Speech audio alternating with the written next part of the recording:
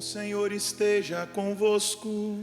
Ele está no meio de nós. Proclamação do Evangelho de Jesus Cristo, segundo Mateus. Glória a vós, Senhor. Tendo nascido Jesus na cidade de Belém, na Judéia, no tempo do rei Herodes, eis que alguns magos do Oriente chegaram a Jerusalém, perguntando: onde está o rei dos judeus que acaba de nascer? Nós vimos a sua estrela no Oriente e viemos adorá-lo. Ao saber disso, o rei Herodes ficou perturbado, assim como toda a cidade de Jerusalém. Reunindo todos os sumos sacerdotes e os mestres da lei, perguntava-lhes onde o Messias deveria nascer. Eles responderam: em Belém, na Judéia, pois assim foi escrito pelo profeta. E tu, Belém,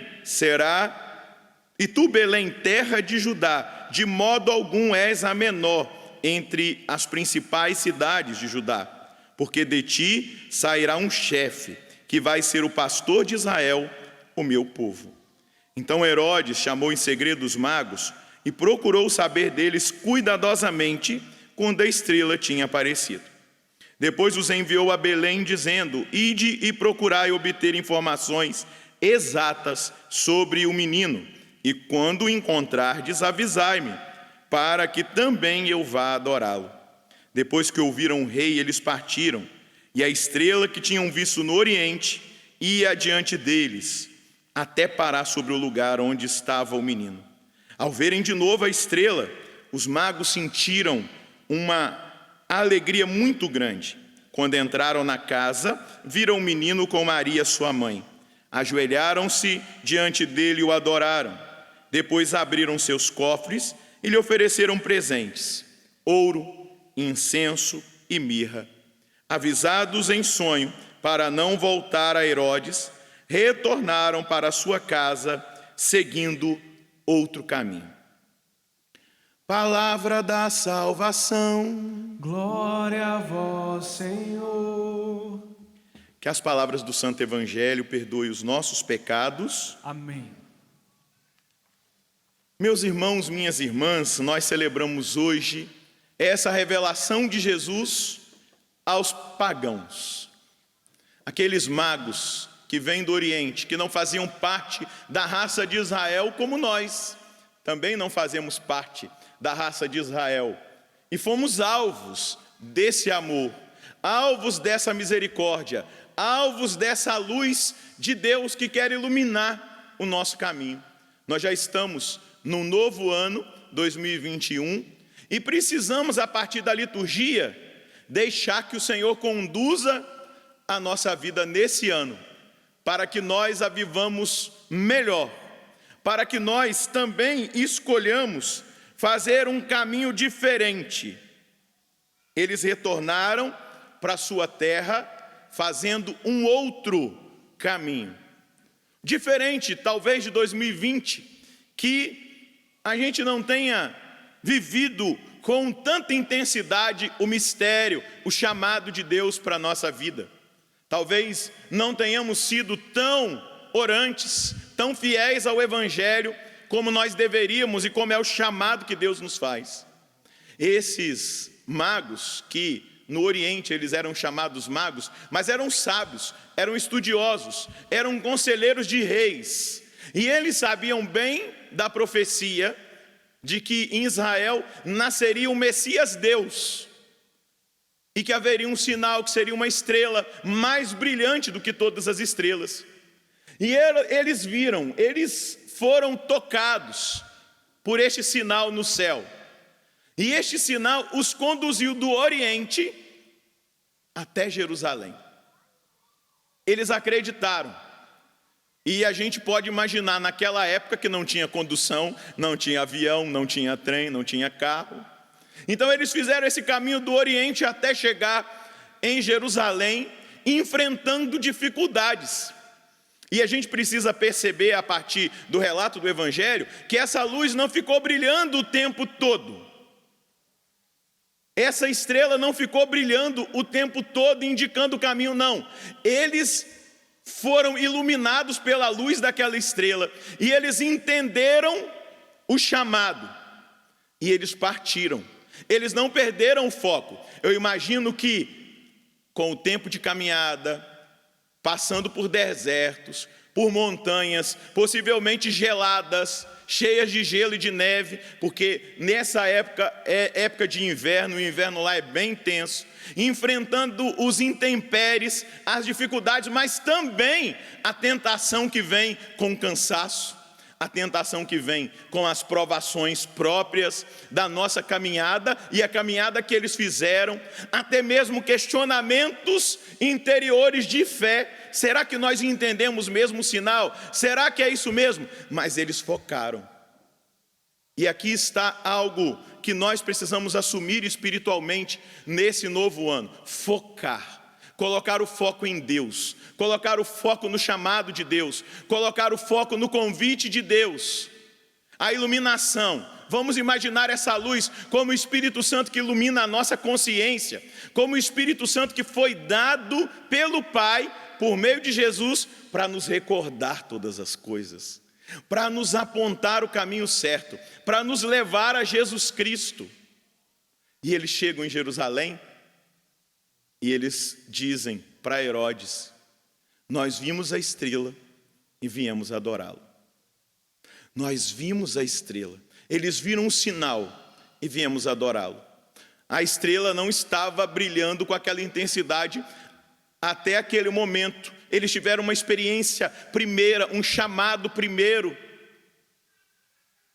Possivelmente muitos de nós, e oxalá que toda a maioria que aqui está, tenha um dia tido uma iluminação, uma experiência, um chamado primeiro, uma estrela que brilhou na nossa vida, nos chamando, nos convidando a um segmento, a entregar a nossa vida, a adorar o Messias, o Salvador. Mas, queridos, nós estamos em tempos onde existe um trabalho insistente, existe uma estrutura poderosa que quer fazer com que nós questionemos a nossa experiência, que quer confundir-nos no nosso chamado, um mistério da iniquidade, como diz o próprio Senhor. O apóstolo Paulo reafirma São Pedro, que trabalha para nos afastar do chamado, do projeto de Deus para nós, da vontade de Deus para nós. Nós vemos isso implantado nos meios de comunicação, nós vemos isso infiltrado na cultura, nós percebemos isso infiltrado na educação, nós vemos essa aceleração de informações que nos distraem insistentemente e agitam a nossa alma, ao invés da gente estar com o nosso coração fixado nesse menino, nesse Deus, nessa glória que nos foi dada. E aí, como tudo é muito sedutor, o nosso coração acaba sendo seduzido por essas estruturas, por essa manipulação, por tudo aquilo que nesse tempo nós temos tocado e visto, e nos desvia. Nós não podemos perder o sinal. Deus nos ilumina, Deus nos chama. Nós vimos a estrela e viemos adorá-lo. Surpreendentemente, os religiosos, Israel, que era a capital da fé judaica, onde estava o templo, onde se faziam sacrifícios, onde estavam os doutores, mestres, sumos sacerdotes, ficaram perturbados, porque eles não se abriram à luz que o Messias tinha vindo. Primeira leitura mostra a glória de Israel, mas eles não acolheram. O novo Israel, a igreja deve acolhê-lo, mas se nós não estivermos atentos a toda essa estrutura demoníaca que quer nos desviar do caminho da salvação, nós nos perderemos. Aqueles magos para nós hoje são modelo, sinal de que nós não podemos perder o foco, que nós temos que acreditar sim, naquela experiência primeira, que nós devemos alimentar sim, aquele chamado primeiro, que nós precisamos permanecer sim, na adoração. E deixa eu dizer, repetindo as palavras de Monsenhor Jonas Abib, nosso pai fundador aqui na Canção Nova: os tempos são maus, e se nós não adorarmos, nós não vamos aguentar. Nós vimos a estrela e viemos adorar. E eles disseram: olha, o profeta diz que o Messias nasceria em Belém. Imediatamente aqueles magos saem de Jerusalém e vão na direção de Belém. E diz o texto da Escritura que a estrela voltou a brilhar e ela parou. E eles se alegraram. E ela parou aonde estava o menino. E quando eles entraram naquela casa, eles viram o menino no colo da Virgem Maria. Eles se ajoelharam e adoraram. Viemos adorar. Eles se prostraram, eles se renderam. A adoração é essa rendição, a adoração é essa entrega, a adoração é saber que eu não sou Deus, a adoração é dar a Deus a glória e a autoridade dele sobre a minha vida. Não sou eu que decido o que é certo e o que é errado, já foi ele que estabeleceu. Não sou eu que digo, porque muitas vezes a gente não diz assim: olha, eu sou Deus, se ajoelhem diante de mim e me adorem. Mas a nossa atitude em dizer eu concordo ou não, eu vivo ou não, eu obedeço ou não, diz se nós somos adoradores ou se nós somos simplesmente espectadores que vão ser influenciados pelo mistério da iniquidade. Quem não adorar não vai aguentar. Adorar é conhecer, é amar.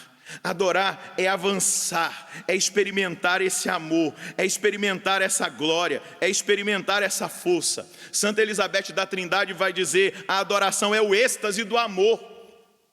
Quando nós amamos de verdade, nós adoramos. Quando nós amamos de verdade, nós obedecemos. Quando nós amamos de verdade, nós agradamos. Nós vimos a estrela e viemos adorar.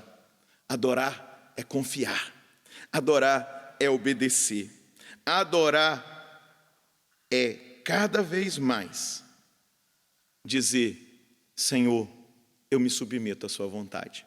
E aqueles magos, além de adorar, deram presentes simbólicos, já mostrando a verdade da revelação. O ouro para o rei, mas o ouro para mostrar que nenhuma riqueza dessa terra supera a grandiosidade, a beleza, a bondade e a riqueza daquele menino.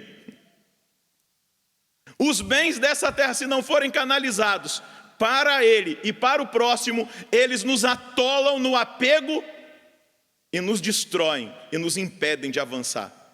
A mirra, o incenso para Deus, o incenso deve ser queimado para Deus, ofertado para Deus, mas esse incenso simboliza que nós precisamos nesse ano de 2021 queimar o nosso egoísmo e deixar crescer em nós a santidade, para que o bom odor, o perfume se impregne. Quando o padre incensa, a gente usa o incenso no altar, o cheiro fica impregnado. Eu vou para casa, eu até brinco assim, quando eu encontro com alguém que participou de uma liturgia que teve incenso, eu abraço aquela pessoa e falo: nossa, que cheiro de céu.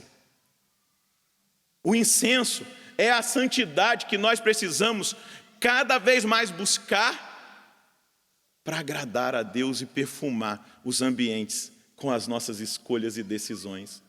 A mirra era muito cara, mas muito amarga e muito forte. A mirra prefigurando, agradecendo já aquele menino que nasceu para morrer e morreria na cruz. A mirra foi usada para embalsamar o corpo dele, mas na hora da dor, ela foi misturada para oferecer para ele. E ele diz: eu não quero, eu aceito o sofrimento, porque o meu sofrimento tem sentido. Essa mirra, esse presente de mirra que eu e você, nesse domingo, precisamos oferecer ao Senhor, é a oferta dos nossos sofrimentos, mas também aqueles sofrimentos que nós escolhemos, a penitência. Aprender que no caminho do cristão está a cruz, e quando ela chega, a gente oferta, e a gente também domina a nossa carne pela penitência, pelo sacrifício ofertado a Deus. Eu termino essa homilia perguntando para você, quais são os presentes que você quer oferecer para Jesus nesse ano de 2021? Ofereça para Ele presentes espirituais, uma boa confissão, uma decisão de conversão, um perdão dado a alguém que te magoou, um compromisso de orar mais, de ter contato com a palavra, de ler o Evangelho para se apaixonar e chegar no êxtase do amor, que é a adoração. Mas também ajudar quem precisa, um pobre, um desempregado, uma criança, um doente, um idoso, e sempre recordar: o que fizestes a um desses pequeninos, foi a mim que o fizestes. Eu concluo, Jesus está esperando, e não deixa para amanhã não, hoje, os presentes que você quer oferecer para Ele nesse ano de 2021. Traz a sua mão sobre o seu coração e diga comigo: nós vimos a estrela e viemos te adorar, Senhor. Recebe a adoração do nosso coração. Recebe o presente da nossa vida. Eu estou oferecendo ao Senhor a minha vida, o meu coração, todo o meu ser. Quero oferecer, Senhor, presentes espirituais. E peço que o Senhor revele a mim. Qual a oferta que o Senhor quer nesse tempo. Eu quero presentear ao Senhor. Com o auxílio, a caridade aos mais necessitados. Fortalece-me, Senhor, para que esse ano de 2021 seja verdadeiramente focado na adoração ao Senhor. É o que eu mais quero. É o que eu mais desejo. É o que eu me proponho nesse domingo da Epifania. Amém. Você fará essa experiência espiritual e você arrancará dos lábios da Virgem Maria e de São José e de Jesus um lindo sorriso com os presentes que você oferecer. Louvado seja nosso Senhor Jesus Cristo. Para sempre seja louvado.